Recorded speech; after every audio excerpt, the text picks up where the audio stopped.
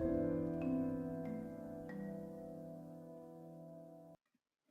right, GM or GA, depending on wherever you're joining me from. Welcome to another super fun episode of Alice and Chill Open Mic. I'm Sharina, your host and creative producer of My Neighbor Alice. I'm so happy to be here with you today again. If you tuned in the last few weeks, welcome back. And if this is your very first time listening to me yap, then welcome and thank you for being here with me today. Today, we're going to get really cozy because we are going to be discussing a few topics that will have us all diving deep into our childhoods, drumming up lots of nostalgia. But before we jump into it, I need to bring in my very special guest. And he is a fellow creative who has been on M&A for quite some time now. He's here today to share his love of gaming and marketing and slots. So welcome, M&A's marketing lead, Augustine. Welcome, Hello. welcome. Hello, Hi. Sharina, everyone. Thank you. Thank you. So excited to be here for the first time. Yeah, I'm so happy that you joined me today. So happy. I think that other than Joanna, you're the first person from the marketing team, or second person, I guess, because she is Yes. before. So No, I was really excited to be here. I've been of course, following this Alice and Chill, and I'm so excited to be here. So yes, thank you. Thank you for yay. You're welcome. Yeah, so since it's your first time here, why don't you just quickly go through an intro of who you are and what you do on M&A, and then we can dive into our discussion. sure. Well, as Sharina said, my name is Agustin, and I'm the marketing lead of the My Neighbor Alice team. I've been in Nominee from 2 years and a half already, almost and a half. And yeah, a lot have been changing, a lot of improvements, a lot of everything has been really, really, really fun. And yeah, I think that's it. We can go dive and dig into everything. Awesome. Yeah, I think you and I have basically been on the project for a similar, amount of time because it's been just over 2.5 years, I think, for me as well. So Yeah. very, very similar. So yes, so excited to have you here. When I was planning this session, there's so many things that I want to chat with you about. You're absolutely hilarious, and I love chatting with you at work. So this is such a pleasure. Thank you. Um, but since we only have 45 minutes, I've narrowed it down just a little bit. So yeah, like I mentioned, I think you and I have been on the project for about the same amount of time, and we've really been able to see how the project has evolved drastically over the past couple of years, and it continues to grow and expand quite rapidly, which is really great. Um, I think that it's quite fascinating to analyze like the evolution of games or franchises or really anything, because you can really see like what steps were taken throughout the whole process, to evolve and adapt in order to get to the finish line wherever that might be. Yeah. Um, so I wanted to take it way back to when we used to game as kids, Hmm. because obviously the way gaming in general has evolved is pretty wild when you look at it from now to back then. Um, Yeah. I feel like I'm aging us like 50 years from now, but like, not that that's old. Anyways, watching that but not that long ago. But when we were kids and we were playing games in our parents' living room, and now we're working at the forefront of this emerging industry on one of the coolest, coziest, creative Web3 games.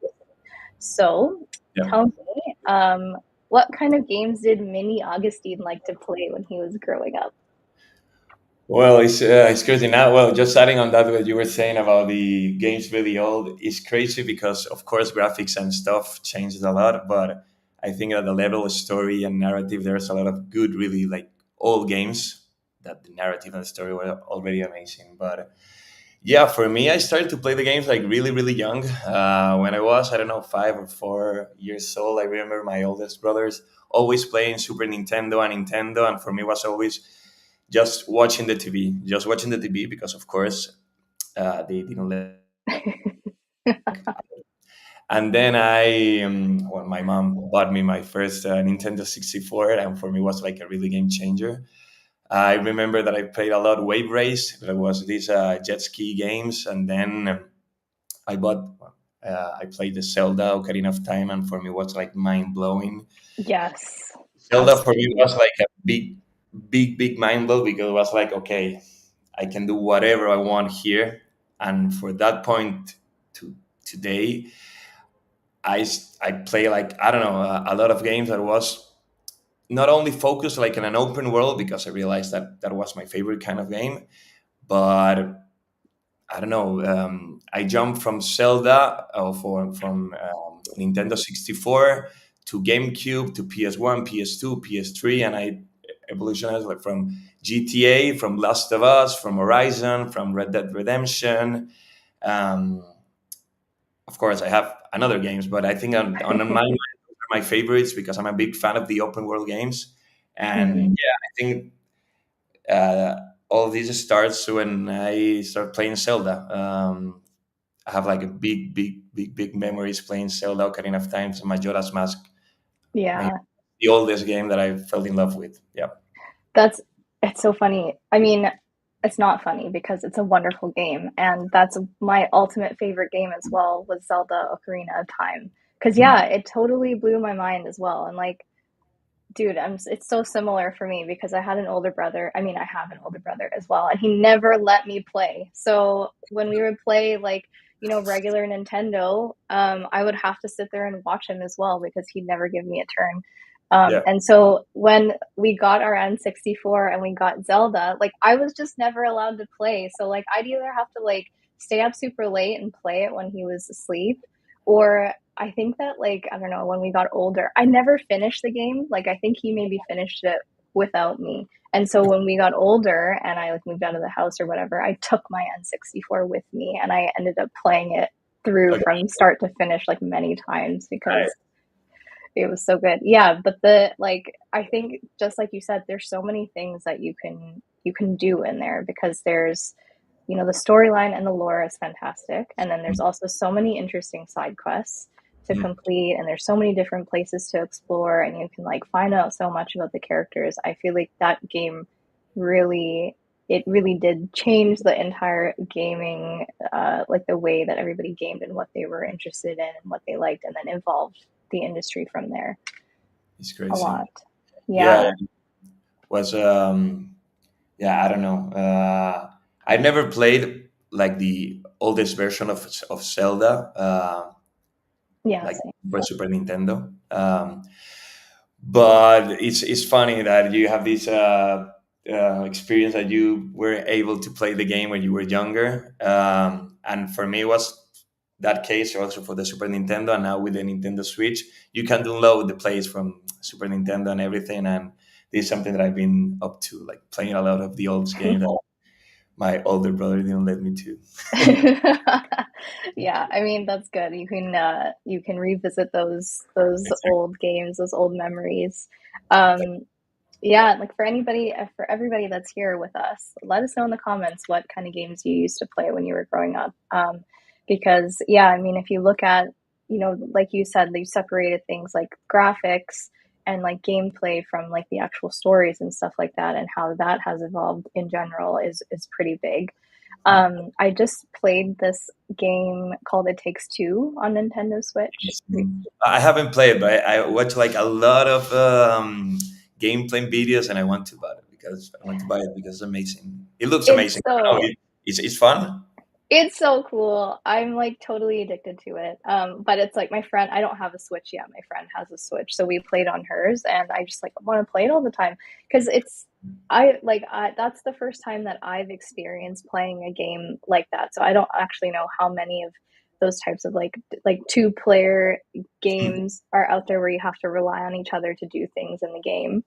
Um, but like even that, I find if that is sort of like a new format of game, it's pretty sweet because you have to like team build. Of It's course. like it's a relationship building game. Like you have to do that, and I think the with the way that our world is right now, things like that are so important Of because course. it's so easy to forget that we all need a little bit of human connection like every day in our lives, to thrive and be happy and social and And remember we exist. yeah, completely agree.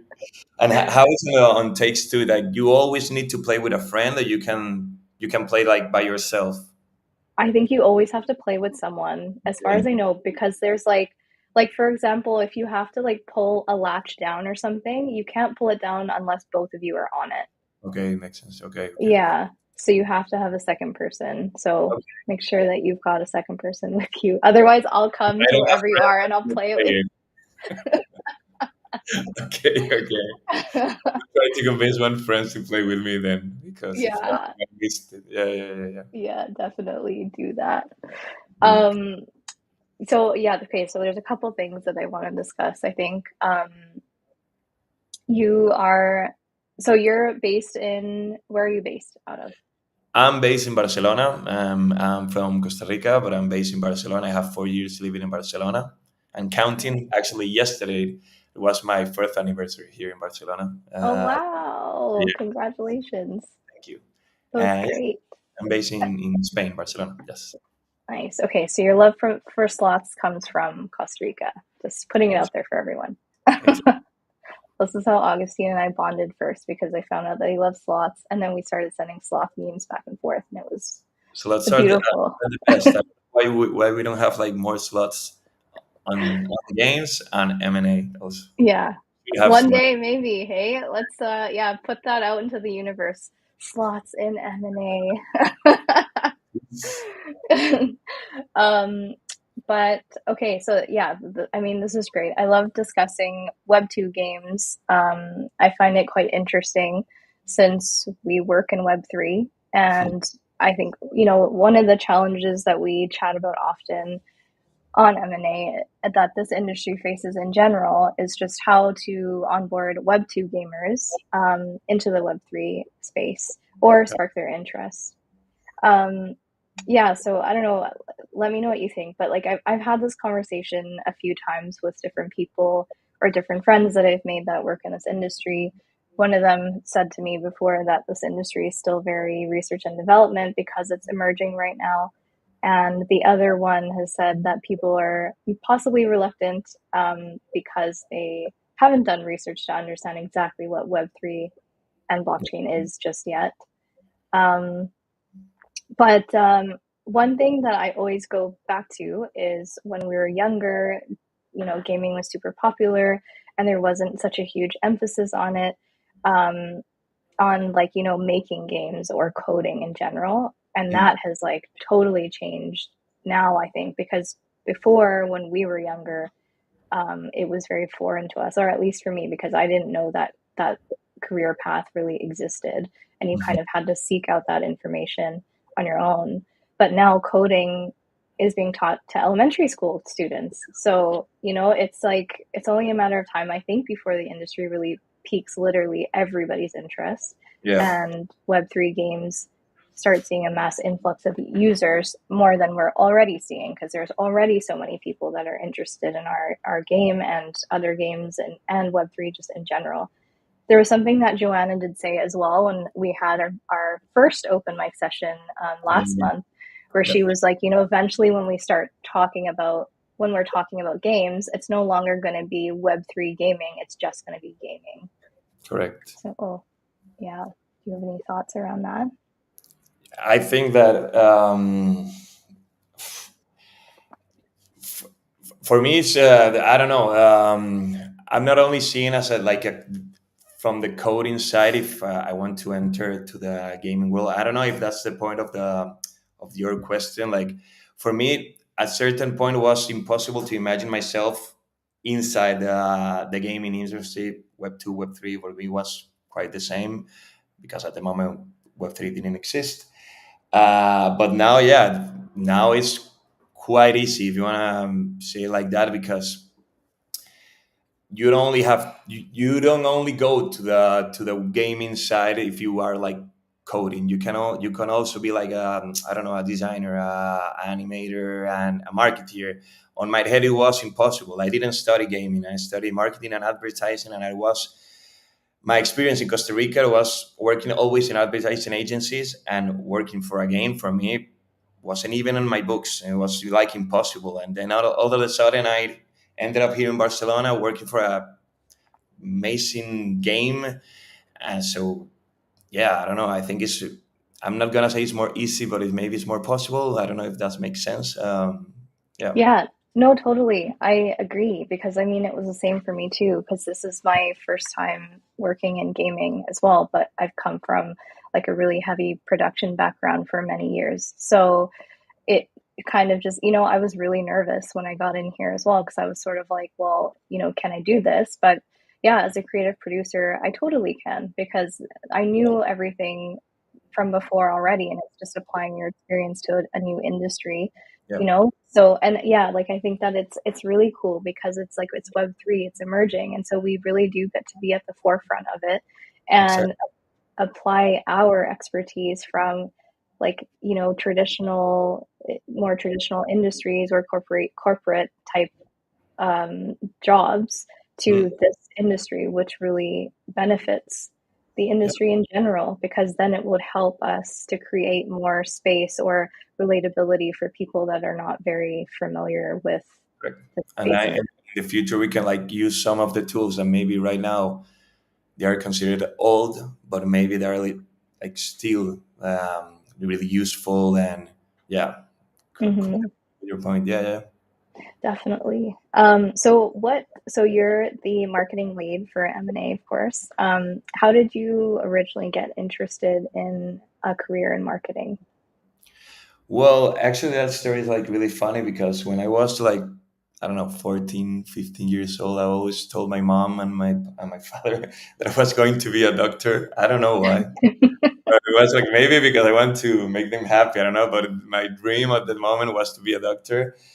And all of my friends, I remember that all my friends, every time that I repeat that, was like, I was saying, you're not going to be a doctor, man. Like, we feel that you're like, Why? exactly why you're saying that you're going to be a doctor. Like, always like creating stuff and telling jokes and telling stories. You need to find something that is more like creative, focus, and not like a doctor. And with that, and also that my father was an advertising man, a madman, so they tell him.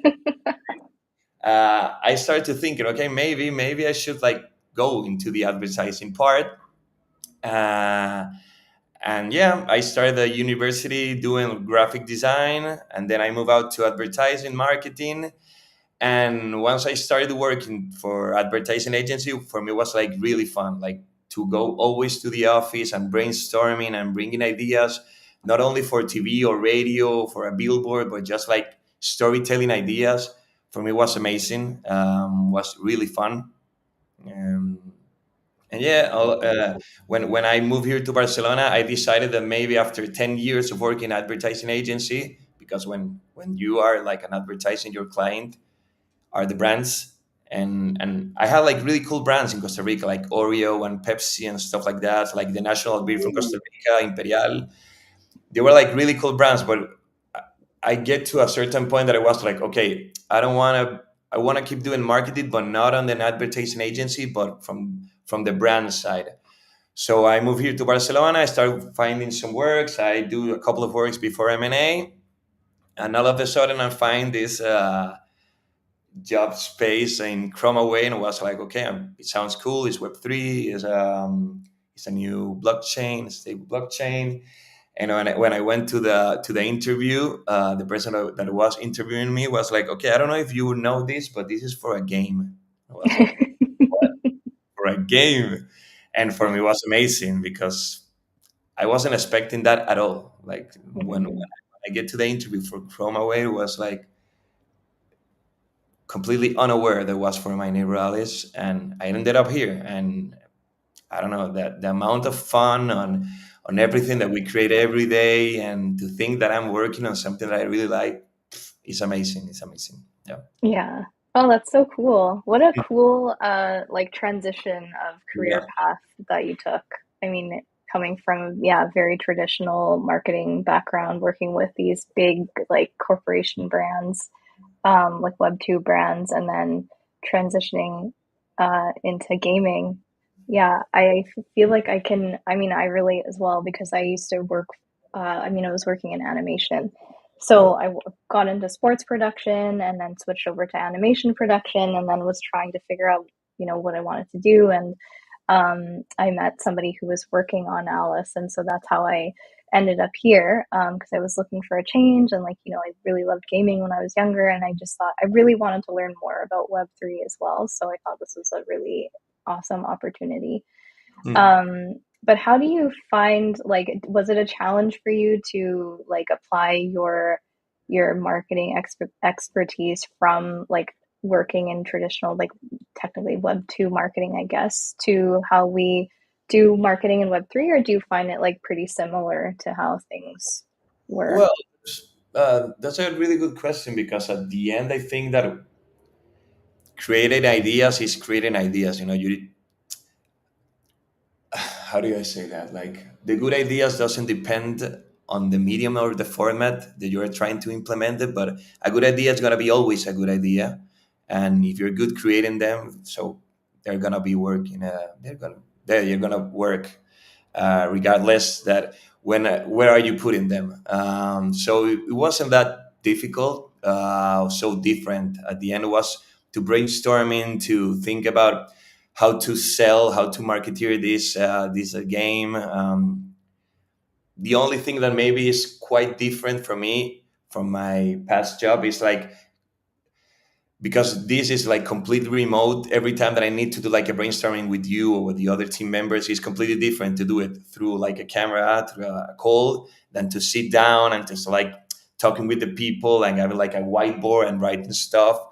For me, that's the only thing that maybe I'm missing because I do love to work remotely, but I also like to be like near to my team members. But Yeah. like, yeah, I don't feel that it was like so much difference between one and another.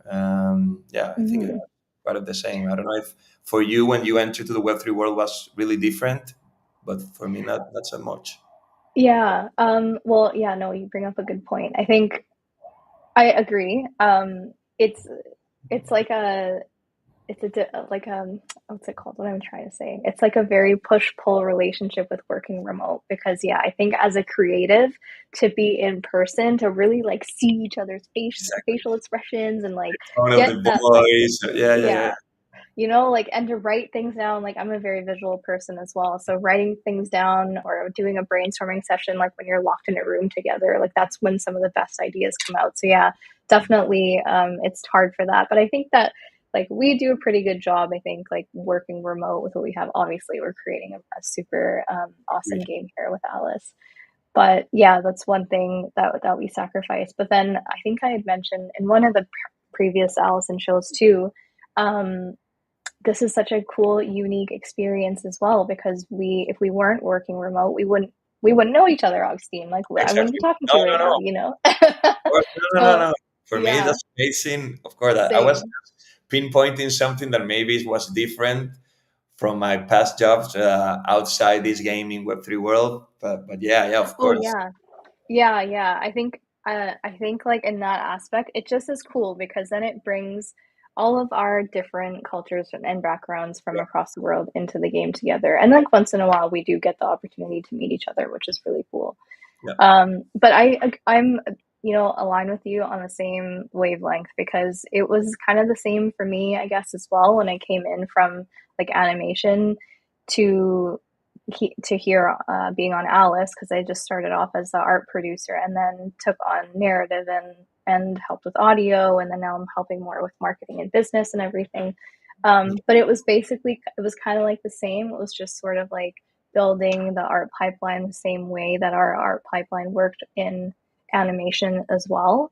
But then I think like once I started to really start to understand like how, I mean, can I really understand how Web3 and blockchain works? I don't know because it still perplexes me every day because I can learn something new about it every day. it's crazy. Um, but yeah, like it's the more I started to really understand how it works, and then obviously like how Alice works, like when I first came on, and like what we're trying to achieve here, it became so much cooler, and it made me understand our work so much more. It's more than just like creating beautiful art pieces. Like we're creating these pieces to put in game for the community to use in any way that they want, so making them like function in different ways, or making them appeal to people's personalities, because one of our main messages for Alice is self-expression. Yeah. So yeah, like in that sense, definitely the same. I also wanted to be a lawyer when I was like 5 years old, 6 years old, and I'm glad that you had a really good support system of friends, and also your dad who was in advertising that was like, no, Augustine, you're creative. Because like I didn't have anyone tell me that until I was in my 20s, man. So Yeah, yeah. I, For me, it was a game changer. And yeah, I didn't ask you how did you end up like in Minor Rurales? Because I know that I was with Josh, but how did you end up on Minor Rurales? yeah, so okay, so it's a long story, but let me see if I can cut it short, which is not something that I'm good at doing.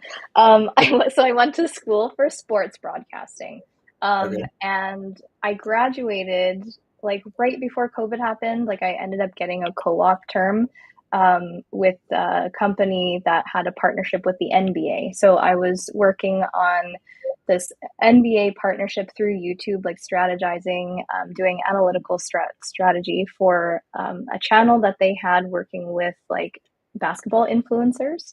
So we would make content with these influencers paired with the NBA, and sometimes attend events and make content with players and stuff like that. But when COVID happened, they cut our budget.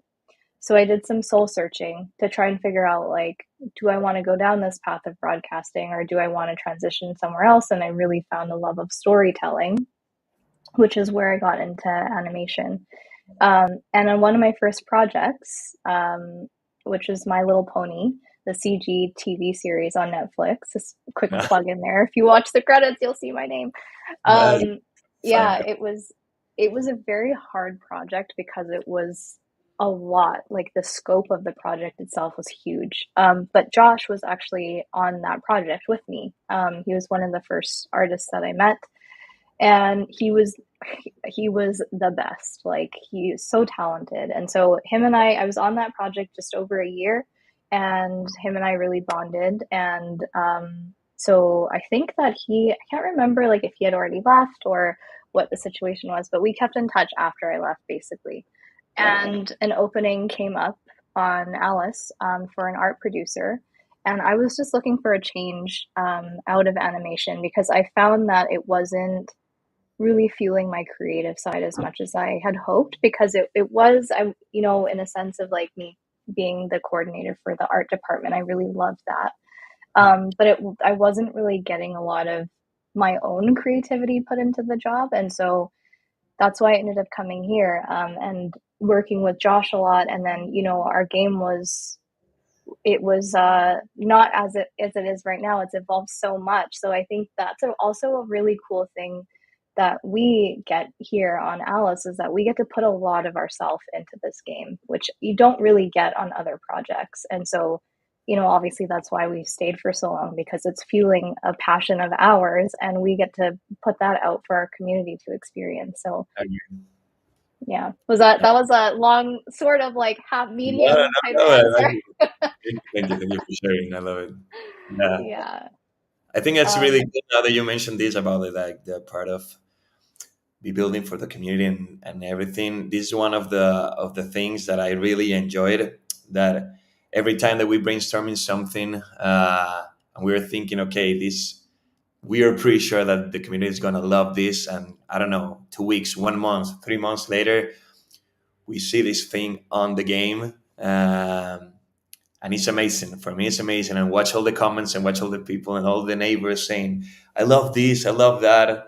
I think that a lot of these ideas came from brainstormings, from not quick, but brainstormings, like random brainstormings or just mhm. conversation. I love that part. I think it's amazing to be building something for the community and that the community is enjoying this. So yeah, Yeah, definitely. I want to see. Okay, I took a screenshot, and I want to see if I can maybe share it. But This is from last week when Tassel and I did our I don't know if I'm going to be able to do this. Let me see. When we did the racing The competition, the race, live event.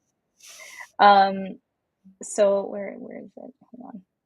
Yeah, so I took a screenshot because I was just like, this is crazy. Okay, anyway, I don't know. It might be difficult for me to share, but the way, like, the one of the comments that I was making, exactly like what you were saying, was like, when we have certain things that we put in game and then we see them in game, it's pretty amazing. And yeah, especially like, I mean, for me too, because being on our team, I get to see everything from literally like Remy's rough, like brief and sketches, all the way to completion and seeing it in game.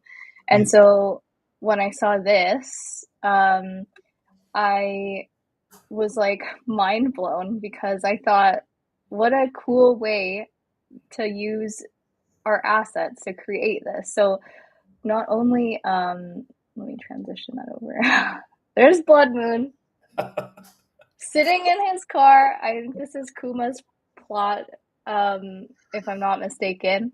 But I had to screenshot this because I just thought this was like the cutest thing ever, and like the most unique way that you could yeah, use multiple assets to make a car. Like, it's the coolest thing. Like, you neighbors on the know? game are like really creative, and every time that we made like a contest, a landscaping contest or whatever, or just like watching different plots, we have people there, like neighbors there, that are so creative. It's, I don't know, it's crazy. It's crazy. I'm like always taking the time to watch some of the plots, and I'm always asking Tassel about, hey, do you have like nice plots so I can share it to other people? And it's Yeah. crazy, like the amount of creativity and the amount of time dedicated from this neighbor is just telling me that people is loving Lubelunda, and this is so nice, something Hmm. to be proud of. So yeah, it's cool. Yeah, I agree totally. Yeah, like I'm so proud of it as well, and I think that's obviously when you can come to work and really feel like it's fueling a passion. It's not just a job, and you're also like you're putting yourself into it, and people are enjoying it. I think that's what really makes a huge difference. Agree. Um, and why we all love Alice, and why our community loves Alice. So join us if you haven't already joined us in game. um, but yeah, okay. So another thing, I mean, we've already sort of touched on this a little bit, but like I know that you really like storytelling as well. And I think 2 weeks ago we had Lorraine on the stream, our Yeah. narrative lead, and we chatted a bit about lore in the game, and we broke down some inspiration behind certain assets and regions. Obviously, there's a big storytelling component, and you and I were just talking a little bit about how like storytelling for marketing kind of can differ a little bit from in-game narrative. So I was just wondering, like, what you think about that and how you tackle that when you're Yeah, working. I think of course that marketing and in-game narrative are completely different. I love both of them. I love what Lorraine is doing. I'm always like bothering her, like, hey, can I help you with something? I love it, and of course, I would love to see some of my work inside the game, like in the part of the narrative, because I think that at the end, when you play the game, this is the part that everyone remembers. Like conversation or like a storyline of. So yeah, well, for me, of course, for me, it's different because like the marketing storylines is always like selling a vision of something of the product. Of course, it grabs the attention, it builds the hype, it invites the people like to come to our world. So is to show why it's cool that you come here and you're gonna enjoy and you're gonna be happy here. And this is like our part, at least the part of the marketing. And then I think that for the narrative part, and please Lorraine, don't kill me if I'm like mistaken here. It's like the narrative shapes like the experience of the game. It builds the world from the inside, guides the player through emotion, through the lore, through choices. So yeah, I think that one thing's happened completely outside the game, and the other part is what the player experience inside the game. Hmm. I think that both of them are completely important because need each other. But yeah, Of I think course. that those are like the main difference. The first one, we are selling a vision from something, and the other one is shaping the experience of this something. Yeah, I don't know Mhm. what you think about. Yeah, yeah, like I totally agree. It's a I think about that often too. I mean, because I've also helped Lorraine. I mean, I kind of inserted myself into narrative when I got here too, because I was like, I want to help. I love storytelling, and Yeah, yeah, Lorraine is she's great because she is so creative, but she also really um she does her best to sort of mentor you in terms of storytelling because she is really talented and she knows a lot. And I've said this before, but she's like one of the most interesting people that I've met because she has like just a whole wide range of random information in her mind. And I think that's what makes her really good at being yeah, narrative lead for our game specifically, because our world is so big and evolving, and we need like a whole wide range of different stories in our game. um, I think that it's really important to have that too in our game. And you're right, it definitely like connects directly to marketing, of course, because we can use everything that we have in game yeah, to push our game forward outside of the game as well.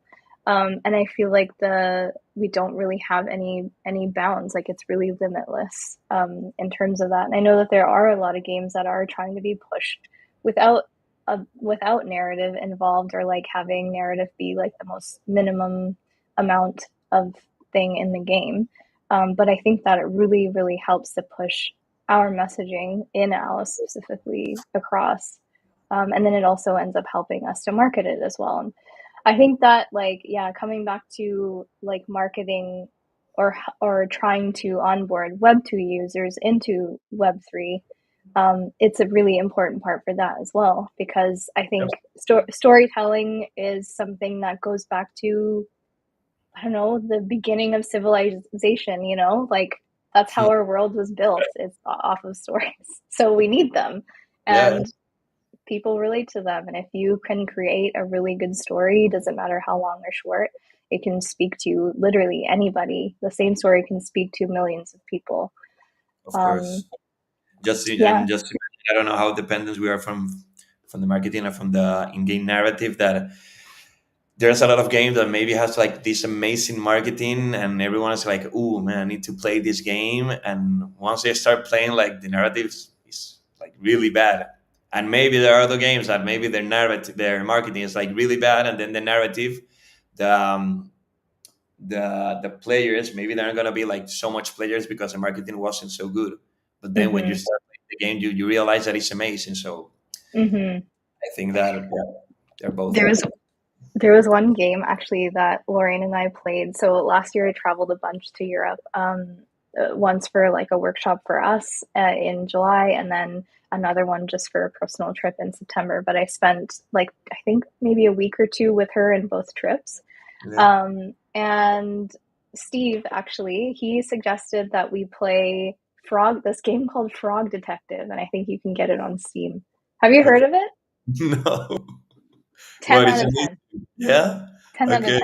Okay. Well, I'm gonna It look is for it. just the it's such a silly game, but like narrative wise, it's hilarious. I don't know if I should dive too much into this because I want to have Lorraine on here and we're definitely going to talk about Frog Detective, but it just the way that it like, and I think that M&A does this really well too with our NPCs and their personalities and things like that. Like once you start getting to know them, it's quite funny, the little quirks that they have. So keep an eye out for that if you're playing M&A anytime soon.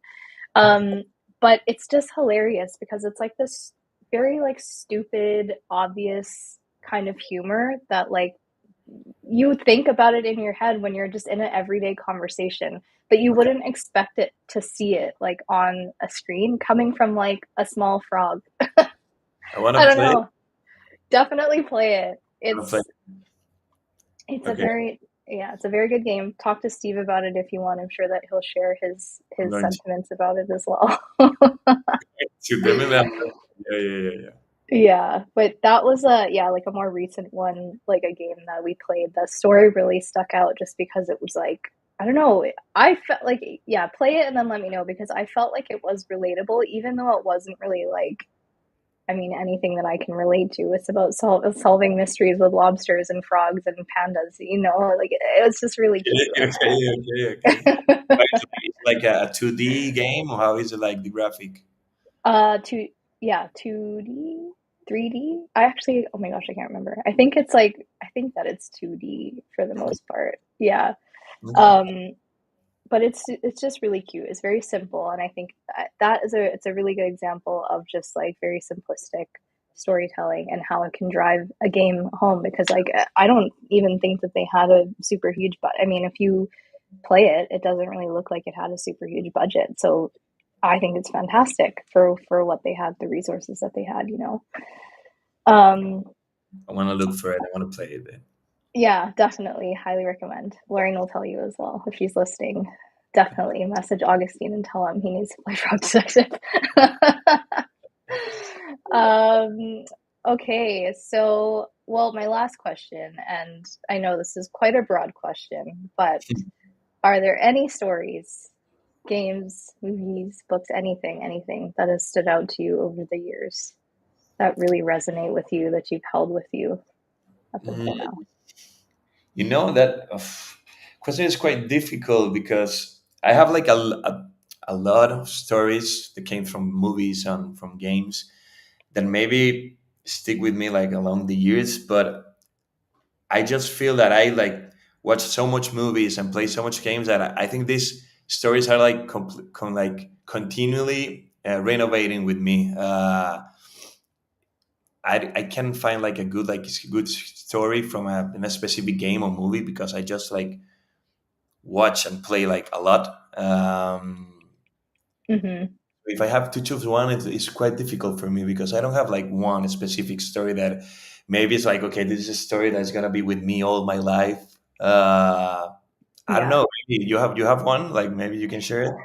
Yeah, okay, now that we're talking about it, I have one, but I mean, I agree, and I think that's what you and I were talking about before. It's like you you as a person are constantly evolving and changing throughout your life. So you're going to come across different stories, different games, different mediums throughout these different phases in your life, and something is going to speak to you differently, at each stage. So I think that's why, yeah, this question is very like broad and it's sort of Mhm. difficult to answer because you probably have come across like thousands of things that have shaped you into who you are. So how could you really remember one unless it's really really stood out for you? Um, for me, I there is one, and it was like Kobe Bryant is like, I mean, he's still, I consider him one of my mentors still. So I grew up watching him play basketball and like really trying to embody all of the passion that he put into the game because I think if you ever watched him, you can just feel it through the screen. But his character evolution from the time that he was young and everything that he went through, I'm not sure if you're familiar with his life story. I Um, just know that he was like an amazing player, and but yeah, not known deeply on the stories he, right now. oh yeah, oh no, it's okay. But well, if you ever have time to look into him a little bit, like he's quite fascinating. He's one of the most fascinating humans I've ever come across, just because of the way his life started and towards the end, and it still lives on. And one of the things that spoke to me, of course, because I was an athlete growing up. So I always related to him in that sense because I'm very competitive and like I love playing basketball and all this stuff. But um, he in he retired from basketball, and then in 2016 he did a short film that ended up winning a bunch of awards, and he actually won an Oscar for his animated short film. And this actually came out of like a speech that he wrote for the Players Tribune for the NBA. It was his retirement speech, and it was a letter to basketball, which he always called his first love. And so from that letter, I guess I don't know if somebody had seen it, but they basically said like, I want to turn this into a short film. Wow. And they did that and they won. And it's like, even though it's like a love for basketball, it really just shows you how you can dream and be passionate about something and really stick to it from the time that you were like a young child and pursue it nonstop until you get to, your adulthood, and then have everything come true because you continue to work hard at something that you're trying to achieve, and you don't ever lose sight of your goal. And like that's exactly what he did. And his evolution from outside of a basketball player into like, fatherhood and everything else, he was such a creative person, Yeah. we only got to experience for a short amount of time. But he just has made such a long lasting impact. And so when I saw him win that award, I was like, whoa, whoa, whoa. Sharina, you're a creative as well. Like Kobe did it. I mean, not that I'm comparing myself to Kobe in any aspect, but like I Yeah, could relate to him because he's an athlete that's now the storyteller that has won like or made great accolades for something that's animated and its story. So I think that when I saw that, it really changed my perspective of where I wanted my life to go and what I could see for myself, because I didn't even know that a job like a creative producer existed back then. So that yeah. that really brings us back to how you said you didn't know that there were certain jobs that existed in gaming that you could do. And I find that like with the way that our world is changing right now, there are so many jobs out there that didn't exist like 5 to 10 years Yeah, ago. yeah, yeah, yeah. And Web3 is definitely opening up that that area of it as well, because now there are so many other jobs in Web3 and blockchain and gaming that didn't exist before. So that is really something awesome about this industry, which I love. The story, and I love it, and I'm gonna read more about Kobe. And thank you for sharing because yeah, yeah, yeah, yeah.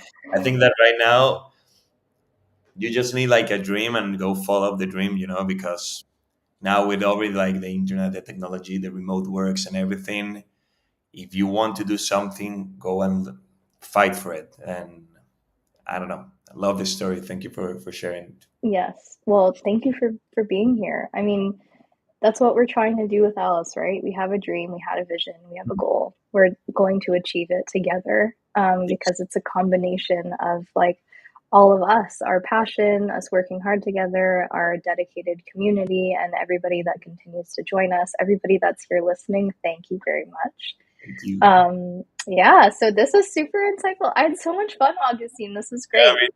me too, me too. Thank you. Please come back and join me No, anytime, anytime. Um, sorry, go ahead. You're gonna no, no, say. no, no. I was just thanking you for inviting me, and yeah, nothing. Just my plan was to invite everyone to Ali's birthday. It's on April. We have already 2 months, 2 months, 2 weeks on the Ali's birthday airdrop, and I just want to invite everyone to participate because we're having 10K worth in Alice, and it's amazing. So yeah, no, that was my last point, and Perfect. I was going to ask you for your last point, so you read my mind. So thank you very much. yes.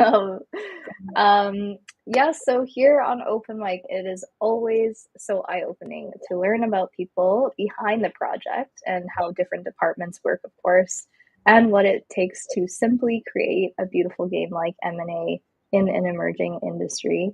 I really hope that these conversations help to inspire our listeners to explore new things and remain curious and take risks, because what is life without risks, you know? Exactly. Yeah. Okay, well, thank you so much again. I'll be back next week, Wednesday at 2 p.m. CET with another open mic and another amazing guest. Thanks again, Augustine. Thank you, everybody, for listening, and we will see you next time. Thank you.